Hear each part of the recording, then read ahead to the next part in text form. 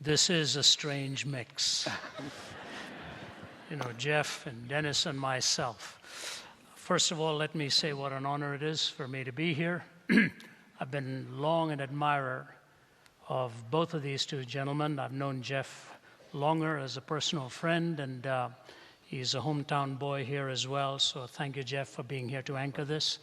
But it was a few years ago, for the first time, that I started listening to Dennis Prager. And it was in a debate, the context of a debate, in which I heard him come back at the famed English philosopher, Jonathan Glover. That was the first time I read your response, Dennis, and was so profoundly moved. I've quoted you many times from that and many of your other debates. Your one with Sam Harris, too, was just masterful. I think what we have in Dennis Prager is a voice that's much needed for our times, insightful, incisive in his analysis. My wife and I had the privilege of meeting him formally for the first time a couple of years ago. And when he contacted us to do this event, I was more than honored and thrilled for the opportunity, because when we're talking about the death of truth and the decline of culture, none of us needs to actually substantiate it. We know very well. We are immersed in it and understand the ramifications well.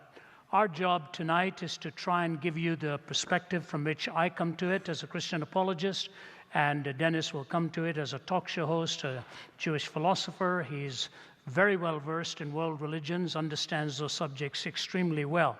So let me begin with my minutes allotted here, and then after that, Dennis will be responding, and we'll go on in the program, a time of interaction for both of us, moderated by Jeff, and then an opportunity for you to ask questions at the end of the evening. Let me begin by quoting a man that I quote virtually in one form or the other in every talk I give, because he had a profound impact on my life. I had the privilege of meeting Malcolm Muggeridge just about 7 months before he died in his home in England. It was a dream come true for me. One of the things Muggeridge said in the 70s was this: "It is difficult to resist the conclusion that 20th century man has decided to abolish himself. Tired of the struggle to be himself, he has created boredom out of his own affluence, impotence out of his own erotomania, and vulnerability out of his own strength. He himself blows the trumpet that brings the walls of his own cities crashing down, until at last, having educated himself into imbecility, having drugged and polluted himself into stupefaction, he keels over a weary, battered old brontosaurus and becomes extinct." That's over 40 years ago. How he's created boredom out of his own affluence, impotence out of his erotomania, vulnerability out of his strength. He blows the trumpet that brings the walls of his own cities crashing down. And that winning line of all, having educated himself into imbecility. Because the fact is that there is nothing so vulgar left in our human experience for which you cannot find some professor from somewhere to justify it. That's precisely what has happened. Now, what came of this? Two very remarkable implications. These may not necessarily be the unintended consequences, but they are the direct consequences of the choices that were made in the latter part of the last century, beginning from the 60s in the so-called Cultural Revolution. The first thing that happened was the death of truth. The death of truth. I recall some years ago when I was doing my studies at Cambridge, my wife, my children, and I were attending a trial in progress at the Old Bailey. You go into one of the upper galleries and you can pick any one of the trials that is going on. Unknown to us, it was two young girls, minors, who had charged a man with having raped them. You couldn't see the little girls because they were minors, but you could hear their voices, and they were about 12 or 14 or something. Barristers could see them on the screen. And I remember at the end of that, walking away with this one question, because both of the lawyers did an extraordinary job, but the man defending the person who was accused began his defense with this astounding statement. He said, "To you girls, I want to know one thing. I want you to know just one thing. I am not here to intimidate you. I'm not here to embarrass you. I'm not here to hurt you. I want only one thing from you. That is the truth. I just want the truth. If you don't know the answer to what I'm seeking, tell me that. But I don't want you to lie to any of the questions I'm raising. Only tell me the truth. If you can't remember, that's fine. I just want the truth. And then he moved into a very incredible line of questioning. And he said something like this. Now, supposedly this happened 2.5 months ago. Is that correct? They said, yes. Can you tell me why it took 2.5 months for you to finally talk to your parents about it? And the struggle with the answer, and all of us can understand if indeed it was traumatic. There are all kinds of extenuating circumstances. But then he said this. He said, is it true that on the day that you decided to talk to your mommy and daddy, both of you, this man saw you at such and such a place doing such and such a thing, and he said he was going to come and meet your mommy and daddy that night and tell them what he saw you up to that afternoon? Is that true? My daughter was there. My wife was there. By the time the questioning was unraveling out there, all of us walked away with one conclusion. We did not know what was the truth. Now, I just want to say this to you, ladies and gentlemen. If in one case where a rapacious act has been allegedly committed by an individual and the charge has been accordingly made, if in that one case it is imperative that we know the truth, because if it is true, justice needs to do its work with this man. If it is a false allegation, then something has to be done for justice also in dealing with the two young women who were seeking, for whatever reason then, to deal with his life. In one court case, it was critical we knew the truth. How about life itself in its origin, meaning, morality, and destiny? How did we come to the truth? If you move back to the 1500s, they talked of rationalism, where the indubitable certainty of mathematical and scientific statements, which almost became tautological in math. But rationalism became that finger of truth, in grabbing of which they thought they'd be grabbing all of the fist of reality. Rationalism gave way to empiricism. The scientific method became front and center. But in empiricism, the heart, the soul, and the feelings were lost. Existentialism emerged in the 19th and 20th century.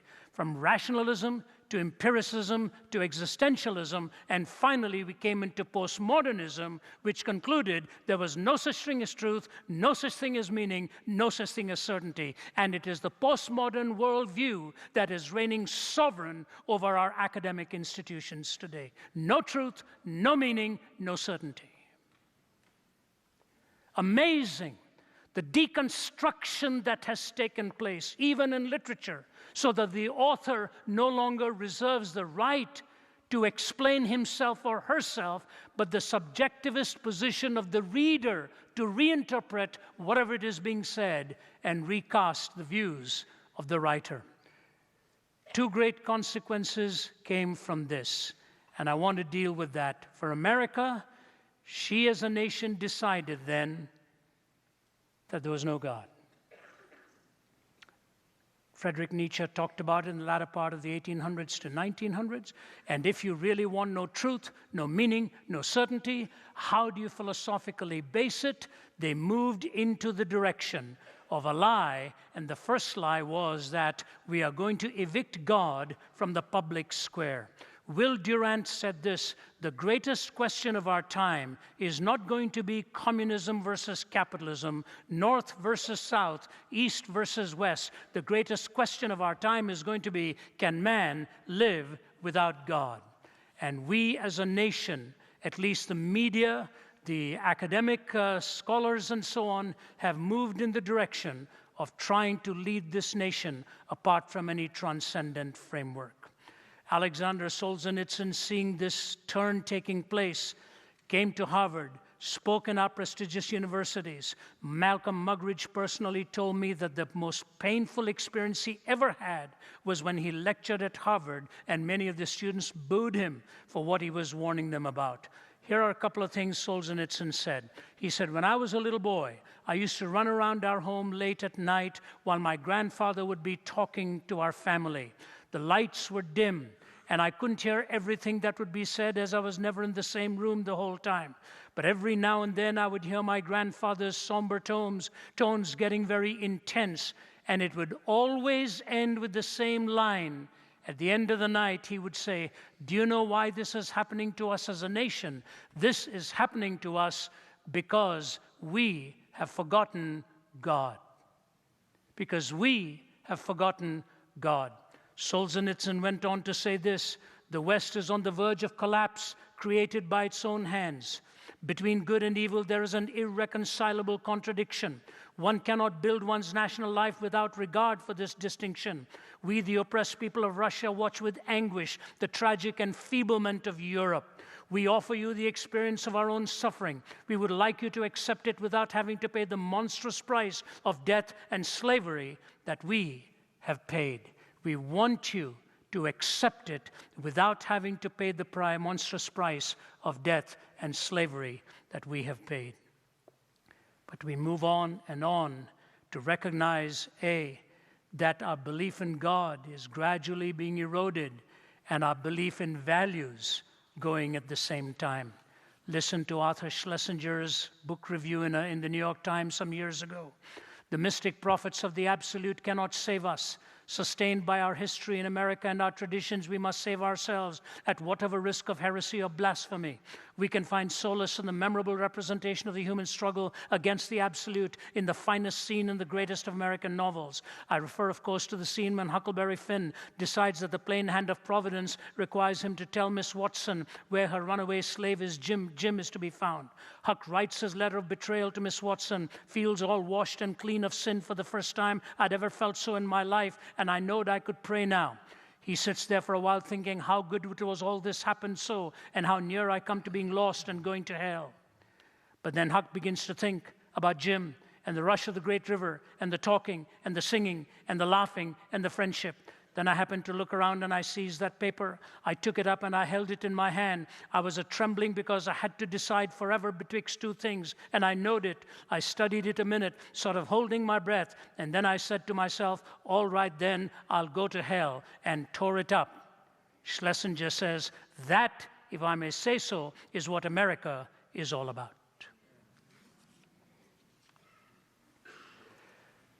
He never paused to explain that the problem had come in the first place because of the forgotten absolute. But hitting at it with this kind of constructed argument is what our young people are given. Now I say to you this, what's happened? Very simply, when you do away with the absolute, when you do not know where to park it, of all places we ought not to have parked it, we have parked it precisely there.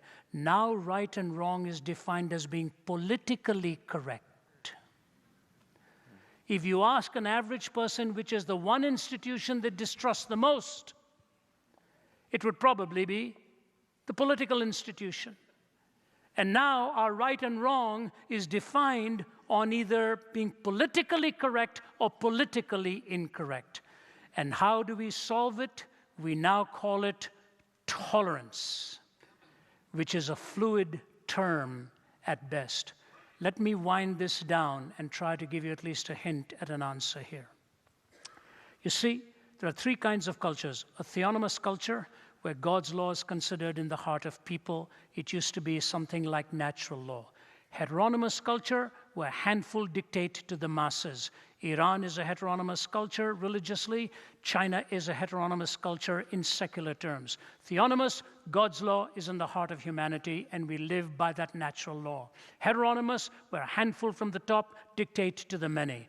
America is neither of those now. So what do we call ourselves? An autonomous culture. Autos meaning self, nomos meaning law, which means we are a law unto ourselves individually. Fair enough.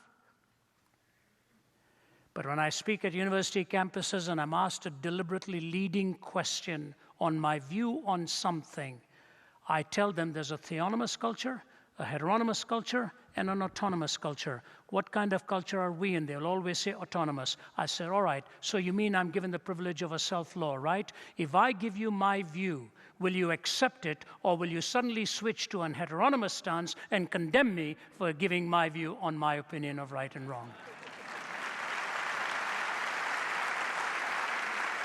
Is this the bait and switch tactic? You know, one of the things I like about poetry, my work at Cambridge was in the romantic writers, Samuel Taylor Coleridge and others. But the modern poets will emulate them in their own way. And sometimes the rock musicians get it spot on. They get it spot on. You know why? They don't have to sound philosophically prosaic. They just have to tell it like it is.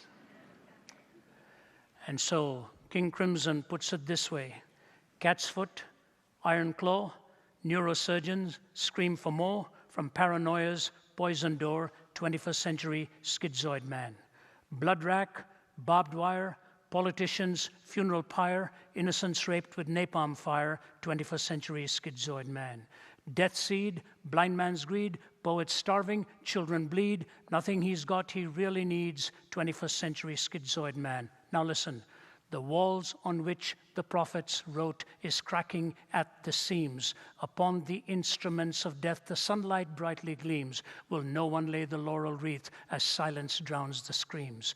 Between the iron gates of fate the seeds of time are sown and watered by the deeds of those who know and who are known. Knowledge is a deadly friend when no one sets the rules. The fate of all mankind, I see, is in the hands of fools. Confusion will be my epitaph as I crawl a cracked and broken path. If we make it, we can all sit back and laugh, but I'm afraid tomorrow I'll be crying.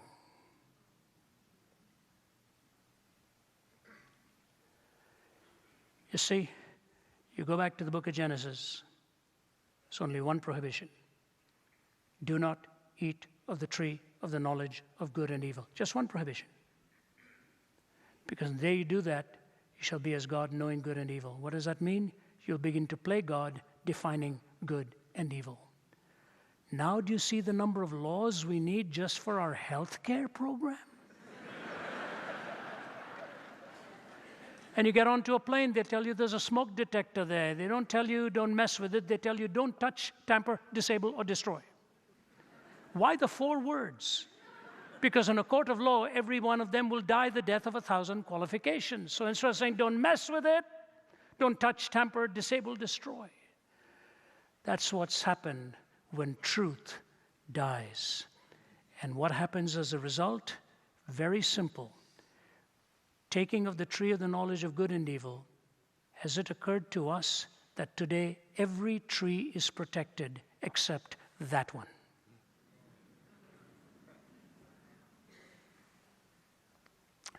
Why are Dennis and I here? We have a common starting point, we have a common goal.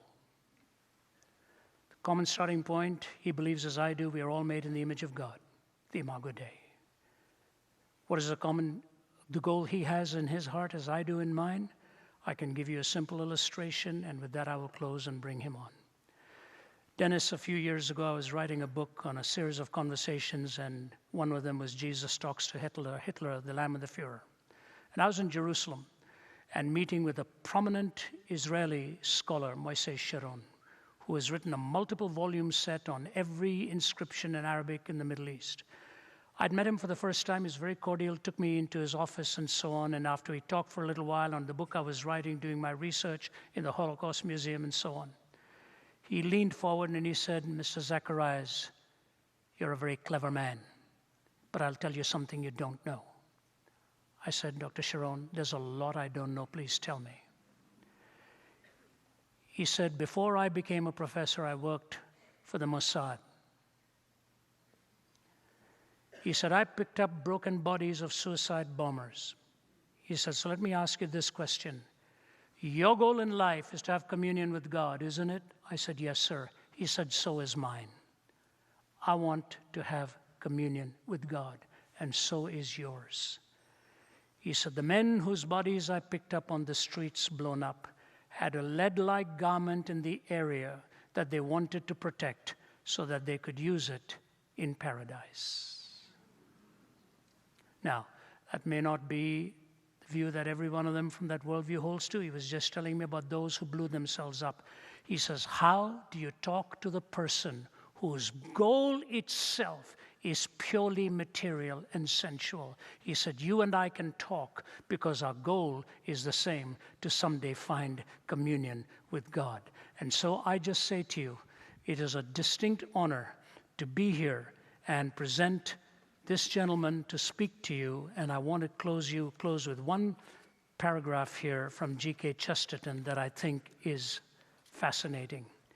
Nothing sublimely artistic has ever arisen out of mere art, any more than anything essentially reasonable has ever arisen out of pure reason. There must always be a rich moral soil for any great aesthetic growth. There must always be a rich moral soil for any great aesthetic growth. And Dr. Prager and I have that same burden to bring that moral soil back into our culture, because when truth is planted into a moral soil, it'll sprout and bring forth the right kind of fruit. And that's why our dialogue tonight. God bless you. Thank you.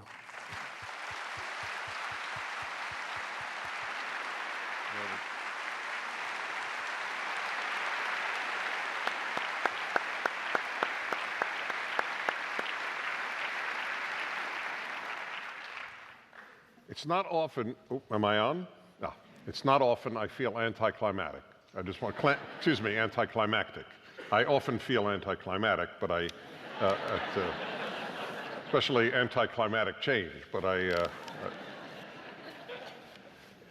it's a very, very real honor for me. And those of you who know me from radio know I don't say things that I don't mean. And your presence here and to be with Ravi Zacharias, I want to tell you a story. And I know it's going to embarrass him, but it shouldn't embarrass him. It is about his humility, which I discovered in a very, very real way. And the story's never been told, so it'll enter the legends of Ravi Zacharias. But I want to say a word about humility before I actually tell the story, because it's a very important thing. There's a line in the Bible, as we Jews call the Torah, the first 5 books. It says, and Moses was the most humble man in the world. And this is considered to be the 5 books of Moses. So the obvious question is, okay, I don't have to ask the obvious question since you know what it is. So I would like to say that I have no problem with Moses having written that he is the humblest man in the world. And I want to explain that. It's a very important insight, I believe. Now, of course, the tradition that I grew up in was Orthodox Judaism, and in the yeshiva world, which is immersion in the Jewish sources in the Hebrew. And I am still deeply religious and still believe the Torah is from God. I just happen not to be Orthodox, so I'm in no man's land. But that's a separate issue. I'm in every man's land and no man's land in terms of by Judaism. If they ask me, are you Reformed, Conservative, or Orthodox? I always say Reservadox, and that starts with its own problem. But I was taught the tradition was, don't blame Moses for writing it. It was dictated by God. And so he's just a stenographer and he's writing it. And that's fine, but I never bought that. Humility it doesn't mean you don't know your worth. It doesn't mean can a humble person know he's humble? I think so. Why not? What is it, a shock? I mean, if you work at being a good musician, do you know you're a good musician? If you work at being a good artist, if you work at being a good anything, do you know when you've achieved it, at least to a certain degree? A religious person wants to be humble because we all know that we're no better than anybody else. Every one of us is in God's image. I through luck and work and luck and luck and luck and work and luck and luck, achieved X or Y. And this person who is cleaning the toilets at at Atlanta Airport is exactly like me before God. There's no issue. So you work at it. So I just want to say that in advance, because a lot of people think that humility, you can't acknowledge if you are, and I know he wouldn't acknowledge it, but I want to say this. This touched me deeply. I have cruises with listeners each year, or different parts of the world, and I've done this for 15 years. And I'm very blessed. A lot of people come. And I didn't even know that Ravi Zacharias and Mrs. Zacharias were on the cruise. He never told me. He came as just another cruiser. And when I found out that he had done that, I was, to use the vernacular, there was no biblical basis for this line, I was blown away. Ezekiel 12:7. I made that up. I just realized in front of this audience, half of them going, Ezekiel 12:7, he's totally wrong. I should have cited some other source. But that is the man that you know as this magnificent and magnetic, charismatic speaker on behalf of Christian virtues and morality and Christianity itself. But I just wanted you to know about the man from a very different perspective. So anyway, it's a very special evening.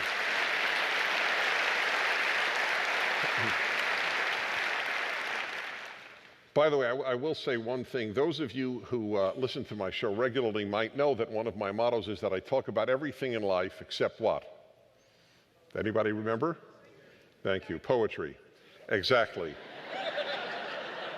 And here I am being totally outclassed. I mean, by a man who not only appreciates it, but can recite it so well. And I'm thinking, you know what, I could leave now. But it was very moving to me and very powerful. Ravi Zacharias mentioned is the word you used there moral soil? Is that? Yeah. I'd like to begin with a reaction to that phrase, moral soil. I use this very often in talking about what has happened with the death of God in Western life, and it's not original to me. And I read it first in a Jewish philosopher, Will Herberg, and Will Herberg himself said he got it from somebody else, but he didn't know from whom. But in Judaism, I just have to say why I'm so adamant about this. We're raised with a lot of laws, as you know. It's a religion of laws, and one of them is that you're not allowed to offer an idea without citing the source. It's considered thievery. So I was so raised with that I always cite, as you may have heard, even on this issue of the continuing resolution and the whole budget issue and the closing of the government, or at least part of the government, I keep saying the idea that I most like, I heard on Fox News from Governor Huckabee. So, because every time I say it, I cite that he's the source and I'm not. So it shows the power of drilling moral ideas into children early, because it doesn't leave you. It's so important. When I heard it over and over, and I'll tell you the Hebrew phrase. I won't say it in Hebrew, but I'll tell to you in English. I learned it in Hebrew, but it's so powerful. Okay, I have to do it because I have to translate. Hamevi davar b'shem omro. Whoever brings a word or a statement in the name of the person who said it, mevi geula la'olam, brings redemption to the world. It's an unbelievable statement when you think about it. Just for citing a source, you bring redemption to the world. And again, just like with the Moses phrase, because this is how we're taught in Jewish school, always ask why. Why? Why do you bring redemption to the world just for citing a source? Because you're interested more in truth than in ego. That's why.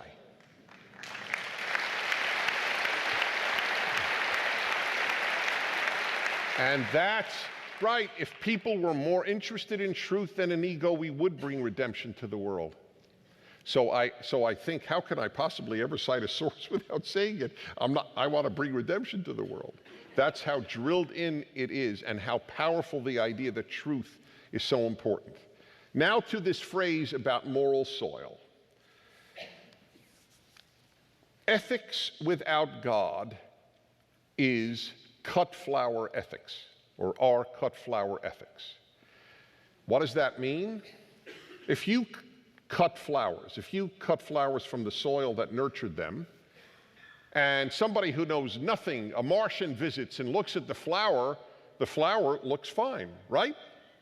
And the Martian will conclude, hey, this doesn't need soil, it could live on its own. But obviously we all know that these flowers cut from their soil will wither and die. Ethics cut from their religious soil wither and die. That's why it's called cut flower ethics, and the analogy and the metaphor are perfect. That's what happens. But the problem is, it doesn't happen, if it's a problem indeed, it's a philosophical problem, perhaps not an existential one, and that is that it doesn't happen overnight, or it doesn't happen in a week like it does to a flower. It takes generations. But within 1 or 2 generations, that's exactly what happens. Ethics cut from their religious soil. I get a kick out of it when I talk to people who say, you don't need God for ethics. That was the debate that you honored me by reading, apparently, from Oxford. And, that's the argument. You don't need God for ethics. Look, all these ethical atheists. So I talk about look, America, we have these great values. We don't need God. Where did they come from? Where did they come from? The Germanic tribes of Europe? No, let me tell you about the Germanic tribes of Europe. I was listening to the learning company, I believe, or teaching company, or both. I think they use both names. And a professor was giving a talk on the history of the Catholic Church. And he made a point. It's really the one thing I remember from all 32 lectures. It was a great course, but this one I knew I had to remember. The toughest group for the church to convert to Christianity were Germanic tribes. And he gave the reason.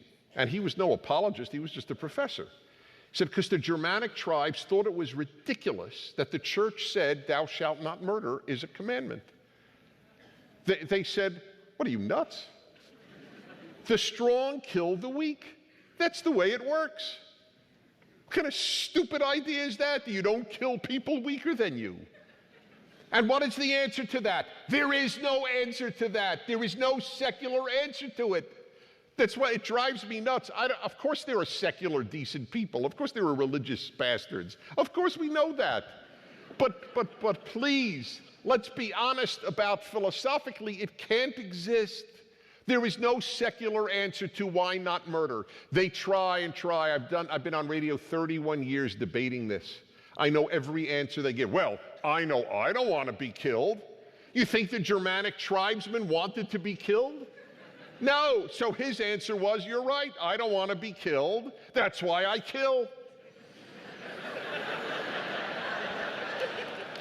That makes absolute perfect sense. This notion, well, I don't want to be killed, therefore I don't kill, makes no sense whatsoever.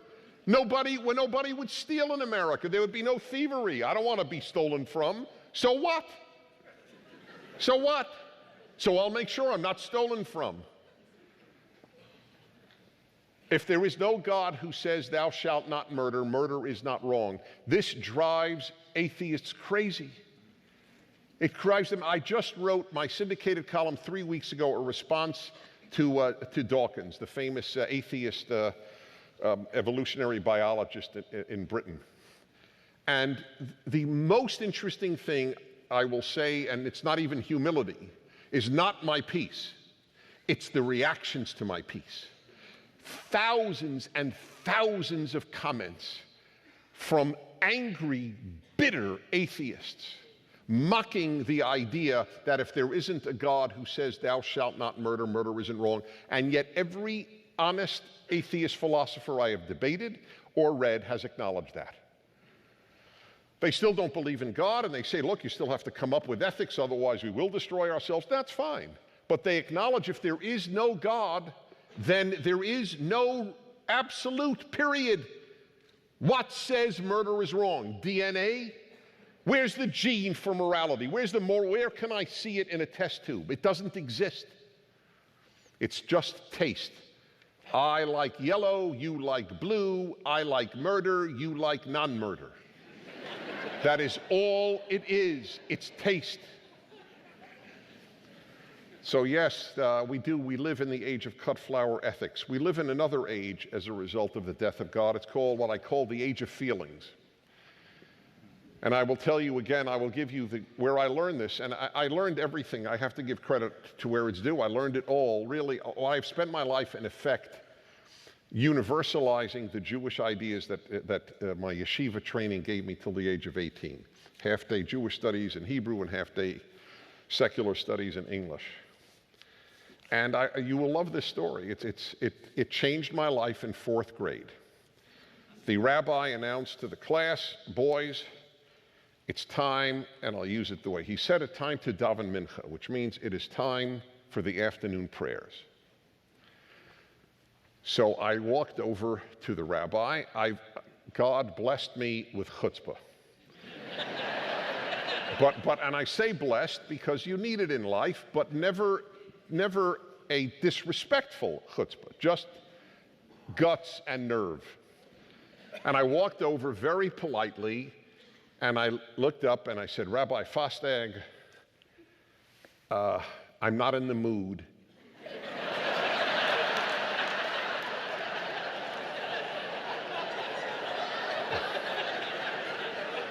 I'm not in the mood to daven mincha.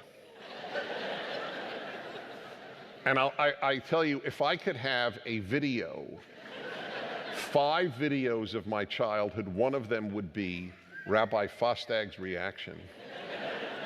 The man who's a rabbi from Eastern Europe, he knew English very well, but in his life he had never heard mood and daven mincha in the same sentence. So he thinks and he thinks, and he finally says, he looks up and he goes, Dennis Prager is not in the mood to daven mincha. So what?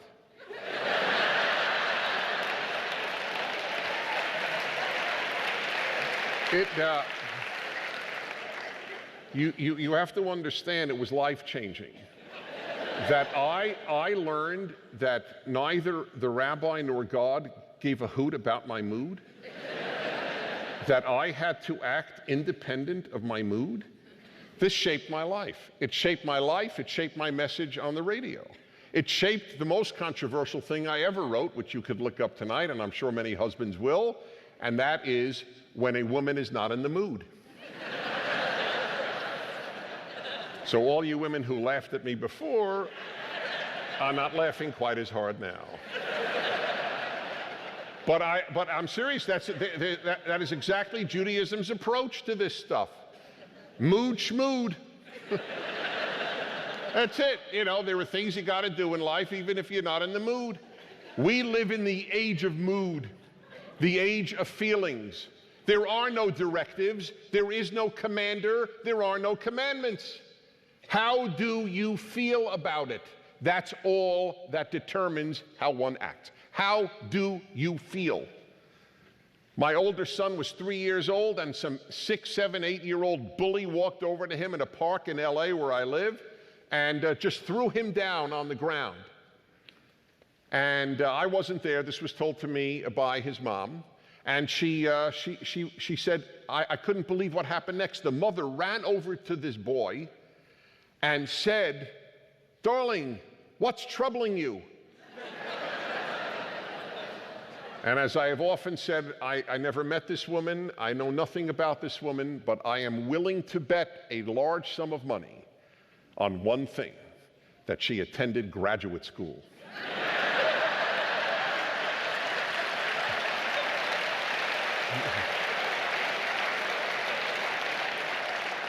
To come up with such a stupid response. No, this is learned. This is learned behavior. This is not instinctual. Instinctual is to give the kid a rap. But you learn in graduate school that you have to analyze your child's mood What's troubling your child? So the differences between the world that is God-centered and the world that is not, is the difference between everything. As Ravi said so powerfully, whether there is meaning, whether there are any absolutes, whether there is truth, and more. Is there a commander? That's everything. Is there a commander? Or am I my own commander? Is my heart my director, or is there a God who is my director, who is infinitely more wise than my heart? That's what it's ultimately about. And that's why we have virtually everything in common. Of course, we don't have all theological beliefs in common, but that's not uncommon even among Christians. Protestants and Catholics don't have identical views. And obviously, many Christians don't even consider Mormons, who call themselves, of course, Latter-day Saints. And by the way, every Christian I know, even though they have great differences with Mormons theologically, knows what beautiful family lives Mormons have built and what contributions they have made to the country, and I acknowledge that. And the final analysis, God will determine all of those things from my view, but I do know this. There's one great teaching that I do believe, and with this I will conclude my response. If I had to summarize my religion, Judaism, while standing on one leg, and the reason I say it that way is because it's a very famous story in the Talmud, which is the holiest book in Judaism after the Bible. And that book has a story of the two greatest rabbis of their age, about, 400 AD, so what is that, 1,700 years ago? So a pagan came over to them and said, "Can you explain your religion while standing on one leg?" And one rabbi hit him with his cane. This is the story. One rabbi, and he was one of the two great rabbis, Shammai was his name. And he hit the guy away. What, are you kidding? I'm going to tell you all of Judaism while standing on one leg? Get the hell out of here. I mean, moral, I'm freshening it.